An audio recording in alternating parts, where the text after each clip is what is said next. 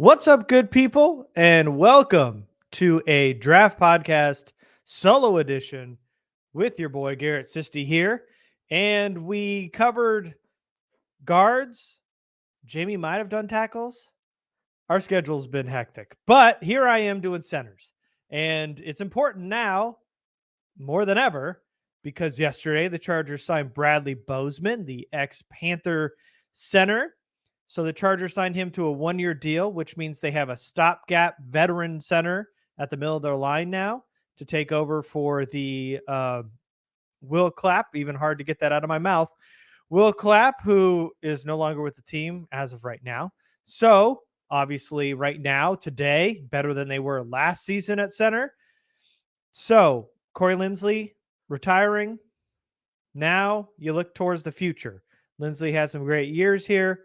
Now it's time to move forward and start to look at some of these centers because there's been a lot of talk about how good the center class has been. There's been rumors that 3 centers could go in the first round, which hasn't happened in a very long time. I don't know when, but I can't remember off the top of my head when that's happened. But what I'm going to do is I'm going to go over those big 3, which are Jackson Power Johnson, Zach Frazier, Graham Barton. I'll talk about those 3. And then for the Chargers, some centers. If now you're looking to kind of get a stopgap, a guy that could play some backup center this year, may need a year or 2 to develop before hitting the NFL football field, and some guys that I would target in the 3rd, 4th, 5th, maybe even 6th round of this draft in terms of center guys that could develop a little bit later. So we'll get into all that. And then I'm going to do something that I wanted to do because I feel like everybody wants comps. Like, hey, this player is equal to player X. I hate that. But what I did while watching these guys is I was watching JPJ, Jackson Power Johnson, and I started to just get some vibes. I was like, when he plays, he kind of reminds me of, he's got a little of this player in him. And then I started watching Barton, and then I started to get the same vibe. And then by the time I got to Frazier, I was like, you know what? Let's see what do I get? So this will be like, hey, these are the vibes I get from this player or that player. He kind of gives me this type of vibe. Not, hey, this is the career trajectory. He's going to be like said player. It's, hey, man, there's some vibes here. There's some similarities in the way in which he plays like this guy. Not he's going to have a copycat career just like this player. So I just want to get that out of the way first before we get into it. It's just a vibe thing, man. That's all that is. And that to me feels a lot better than this player is going to turn out like Randy Moss. And that's how his career is going to be, because for the rest of his career, everybody's going to be like, well, he's not as good as Randy Moss. That's unfair. Don't put that on him. So anyway, I'm not going to do that. All I'm going to say is, hey, man, he's got Randy Moss vibes. Though we're doing center, so it's obviously going to be based on offensive lineman, but you get what I'm saying. It's going to be vibes, man. That's all this podcast is, with me at least. All right, let's do this. First off, make sure you subscribe. Now, I just do that in there. Make sure you subscribe. Join the Patreon. Join the Discord. We've got that thing growing like crazy, and it's getting more fun by the minute. Even though I get bullied in there, I still do love it every single day.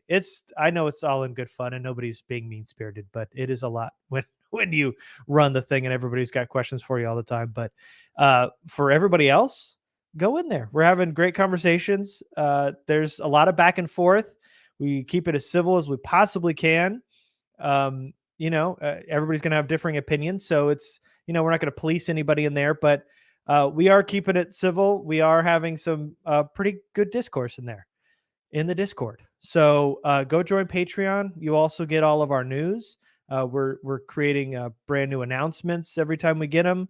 There's been a lot leading up to the draft. There's probably going to be a lot more leading up to the draft as we get closer and closer, and more stuff probably for free agency. So go join that. Make sure you subscribe to the YouTube.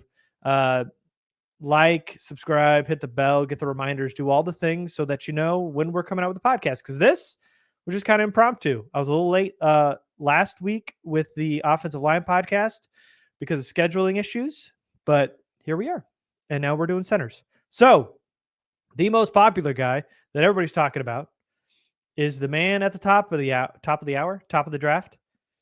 It's this man right here from Oregon, Jackson Powers Johnson. JPJ played some time on both sides of the ball. He even played some defensive tackle. But on the offensive side of the ball, played some guard, both guard spots, left and right guard, played some center. He was a unanimous All-American, Remington Award winner. He is a dog, snap to whistle, high-end athleticism at his spot. It's really easy to see as soon as he hits the football field how athletic he is. The play strength is his biggest weapon, which he builds off with that size. In the run game, JPJ is quick off the snap while looking to lead the parade. When he gets out in space, you love to see him out front, picking off linebackers and sometimes DBs, the second and third level. In pass pro, anchors really well. While he can stand up a little bit too high at times, that wasn't all that often. So this is a pretty well-rounded interior lineman. I think if you're looking at some cons, I think, a lot of people are talking about his medicals, that there could be some medical issues. There were some kind of rumors floating around Twitter today about how I think it's Mel Kiper, if I'm not mistaken. But Mel Kiper hasn't had JPJ in any of his first round mocks. And a lot of people are saying because they think it's the medicals and they think that he might fall to round 2 just because there's some uncertainty there. I don't know if that's kind of just smoke, but that's just kind of a rumor floating around. And like I said, he's a pretty well-rounded prospect. So to find some faults are pretty hard at this point.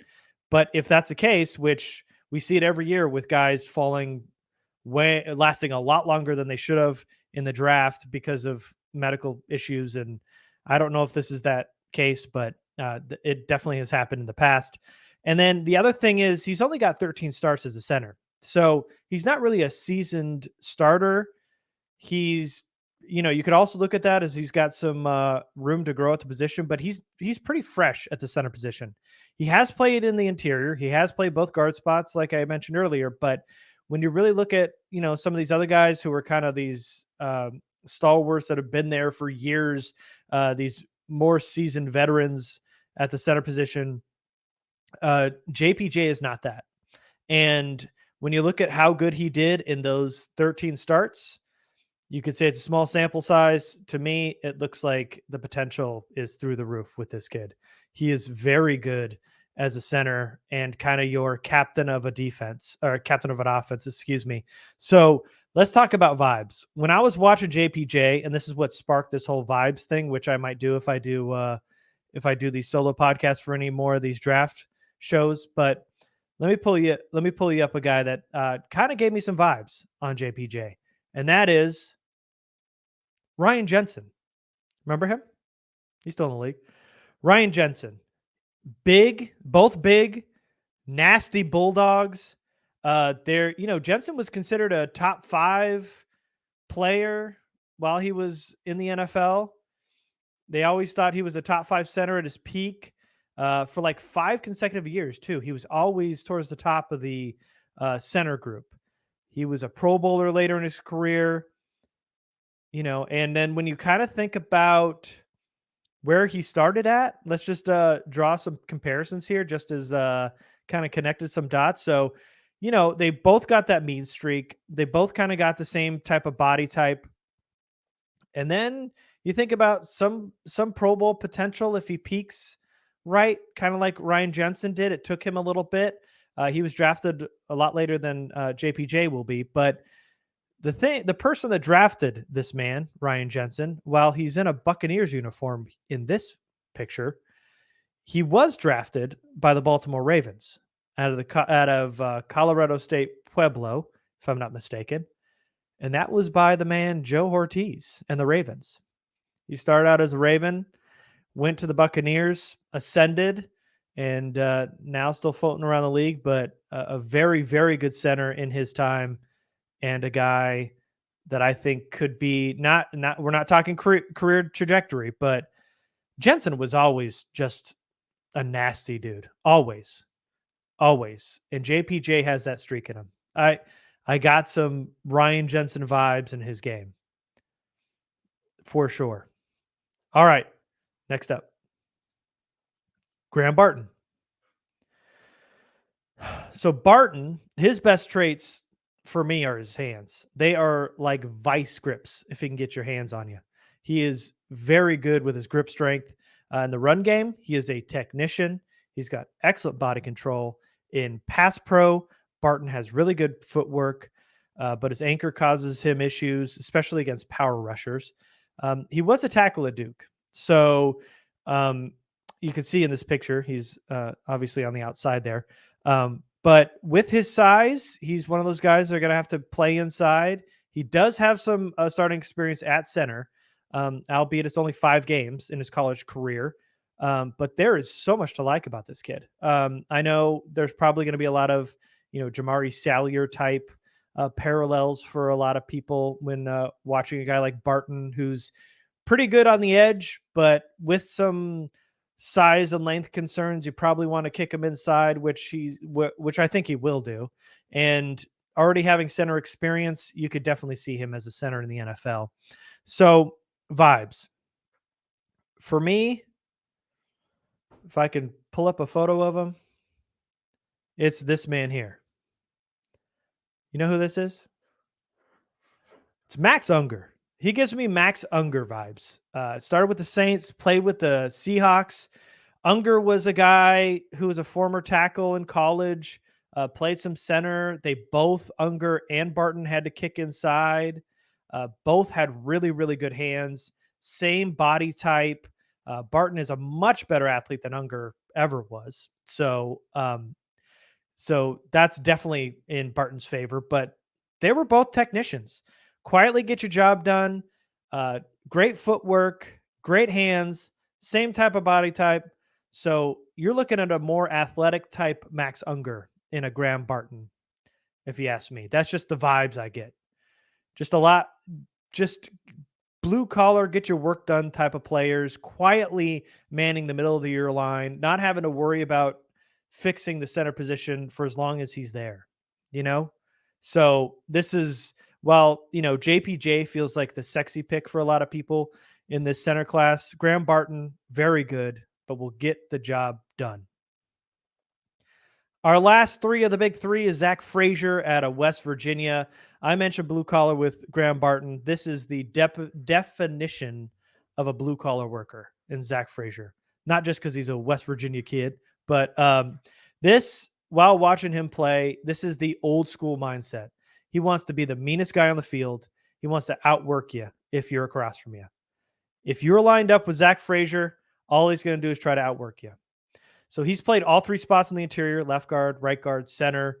He was a wrestler, so that kind of shows up when he locks up with guys. You can see him kind of twerk guys and twist guys and get them to the ground. And this is another guy who plays up to and through the whistle. He's very aggressive. His play style is very aggressive. It helps when he's in space. It can hurt him a little bit in pass pro because he'll lunge, because he immediately is like a dog after me. Immediately he wants to go after it and get it. And sometimes he'll lunge a little bit too fast and get after it a little bit, get a little too antsy, as they say in pass pro. But he's got the kind of perfect squatty body to be an interior lineman in the NFL. The length gives him some issues against longer interior pass rushers. Day one, this is the captain of your offense. He's got the smarts for it, and he's going to outwork you.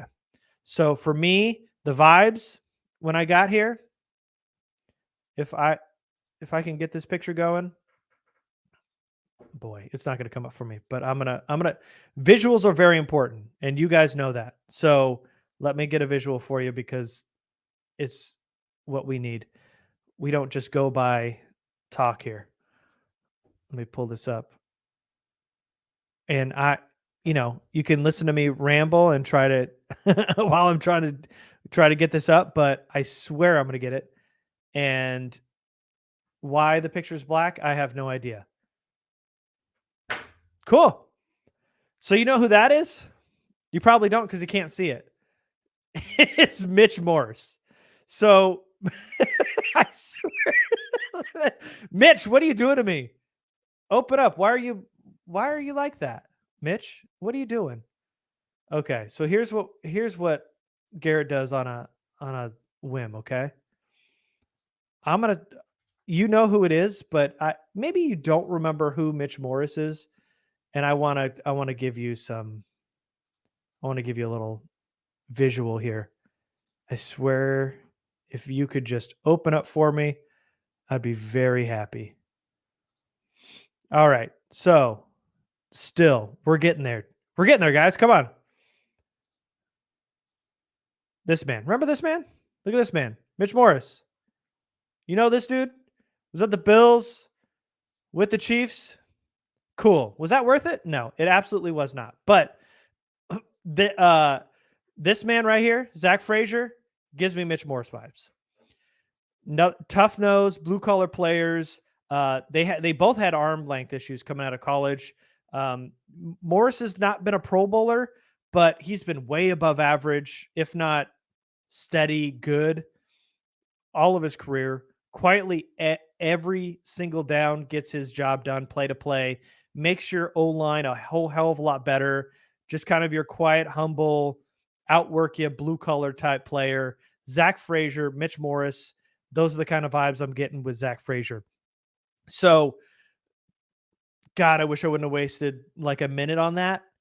It wasn't worth it, but Mitch Morris, Zach Frazier type vibes. So, if you're ranking these three, it's in the order that I read it. It goes JPJ as your top center. I'm going to ignore the medicals for now because I don't know if there's any truth to that. If there are, I think it's a little bit concerning. But then at number 2, you've got Graham Barton. And then at number 3, you've got Zach Frazier. But with that said, Barton and Frazier is kind of what's your flavor. And to me, grading wise, they're separated by a single point. So if you told me that you like Zach Frazier better than Graham Barton, I could see where you're coming from. But for me, it's JPJ number 1, it's Graham Barton number 2, it's Zach Frazier number 3. So those are my top 3. And if, say, JPJ is injured and the medicals are what the rumors, according to a couple people on Twitter, are, and or from Mel Kiper, if that's who it was, I think it was, and forgive me if it wasn't.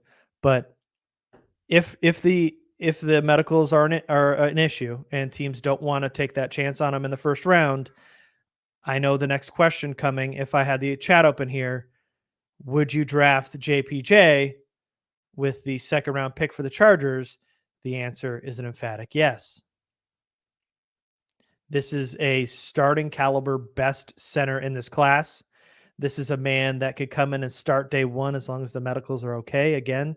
But if they're an issue and it's just something that he's going to, it's going to be harder for him to start his career, like the medical, like say the injuries he's coming off of are going to take a little bit longer for him to start in the NFL. I'm okay with that because they just signed Bradley Bozeman. It is tough to draft JPJ and not have him on your football field right away. You'd want your high second round pick because they're in the top 5 in the second round. A high second round pick, which is practically a first rounder at that point, to start on your football team day 1, week 1. JPJ would compete with Bozeman. And if JPJ won, then you're sitting pretty. And you got Bozeman as your backup. That's some hell of a depth. So the answer is going to be, yeah, man. Draft JPJ at the top of 2 if he falls there. Now, if they trade down and they get those 11 and 23 from Minnesota, I think that's what it was, 11 and 23 from Minnesota, and JPJ is there in the 20s. I saw a back-to-back draft, a back-to-back picks, if they made that trade, of Brock Bowers and Jackson Powers Johnson with a Bowers and Powers combo. Give me that. Hey, give me that. I would take that for the cute rhyme scheme, but also because that's 2 hell of a players there. So I would even take it there. But if you're talking about medicals at the top of 2, give me JPJ. I would absolutely take him every day of the week. All right, so now Chargers, hypothetical out the window. Chargers draft them number 5. They stick and pick. They obviously take either Marvin Harrison Jr. or Malik Neighbors at number 5. And then Now, because you have Bradley Bozeman, you can wait a year or two on a center. This is the class to do it because there are some developmental guys that have some things. So these three guys between JPJ, Barton, and Frazier are most likely going in the first round. And if they're not going in the first round, I don't believe they'll be there at the top of 2 for the Chargers. I.e., they're going to go in the top 4 picks. These guys are too talented to not fall to the Chargers.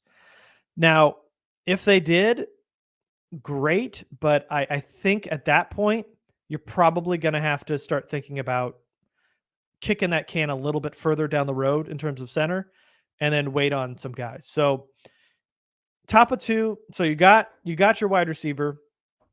Say you get your corner in round 2. Then you start to think in round 3, now we can start looking at centers. So for each round, here's the centers I like after the first 2 rounds. Because really, what it comes down to is those top 3 are gone. The next guy, in my mind, which is Cedric Van Pran, cannot go at the top of 2. That's way too rich for this kid. If you're talking 3, let's have that discussion. Top of 2, too rich. So in a perfect world, you got your wide receiver, you got your cornerback at this point. Then you start looking at Cedric Van Pran in round 3. He's one of the more natural centers in this class. He has 44 starts in the SEC at Georgia. Former track athlete. He did discus, javelin, shot put. Did you think when I said track athlete that he was running the triathlon? What's his 40 time? No, he did discus, he did javelin, he did shot put. He wasn't doing hurdles. Trust me. He was doing the big boy sports.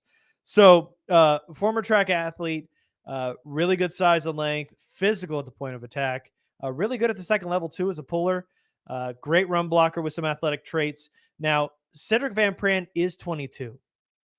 So a pretty old rookie when he comes into the league, but throughout his career, notched only 1 sack allowed and only 1 QB hit allowed in his career. So this is a very low floor or high floor, low ceiling type pick. He will automatically compete as a starter in camp. And then, if the Chargers were to take him, you let him develop behind Bozeman for a year, and then you kick him out in 2025, let him be the center of the future. This is a kid that can obviously compete for any interior spot, but going against some of the best players in college football and not giving up a lot. This is a guy that's not getting a lot of run because he doesn't have the sexy traits. He doesn't run a good 40. He's not athletic. He's not super powerful, but he's just quietly been a steady force in the middle of that Georgia offensive line. And, he's not going to be a Pro Bowler, but he's going to be a steady force in the middle. So again, this is a high floor, low ceiling type pick and a guy that could be a center in the future. So then when you get into day 3, the guy I like in 4 is Bo Limmer. He's an interior lineman who is undersized, but he makes up for all that with his athleticism. You can tell, even in this photo, he's kind of a lean body, more athletic type interior lineman.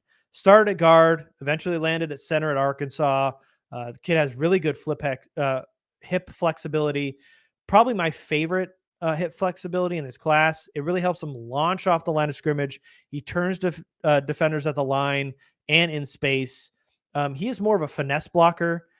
He will get overwhelmed by some of the power rushers because he doesn't really have that sand in his pants in the interior going against some of those bigger boys in the middle. And I think he's probably best fit in, more of a zone heavy scheme. I'm not sure he's a good fit in power. So I don't know that this is the perfect fit for the Chargers, but I think the best available player, if you can get him to bulk up a little bit more, pack on a little bit more muscle. I know you're going to lose some of that athleticism, but I do think the problems against power rushers could be an issue in the NFL. And I do think getting to the second level, he'll have enough athleticism while putting on muscle that it won't take too much away from his game. So this is a kid I'm looking at the top of 4. This is about the range I would look at a Bo Limmer from Arkansas. If you're then moving on to the 5th, I've got Tanner Bordolini. And again, if I mispronounce any of these names, I don't care. Tanner Bortolini, the Wisconsin center. He's a smart physical lineman. He's got experience all across the offensive line. He is best working in tight spaces, winning with just pure brute strength. Has had his issues with more athletic offensive linemen. He's just kind of a see guy, hit guy. Just give him the guy right in front of him, make him go after one man, and you've got yourself a pretty good football player. His hands are good, anchors well. I think his anchor is a winner. It's going to help him a lot in the NFL. Hasn't played a lot of center, had some snapping issues that he's going to have to work through, but this could be a starter down the road, if not a very good interior,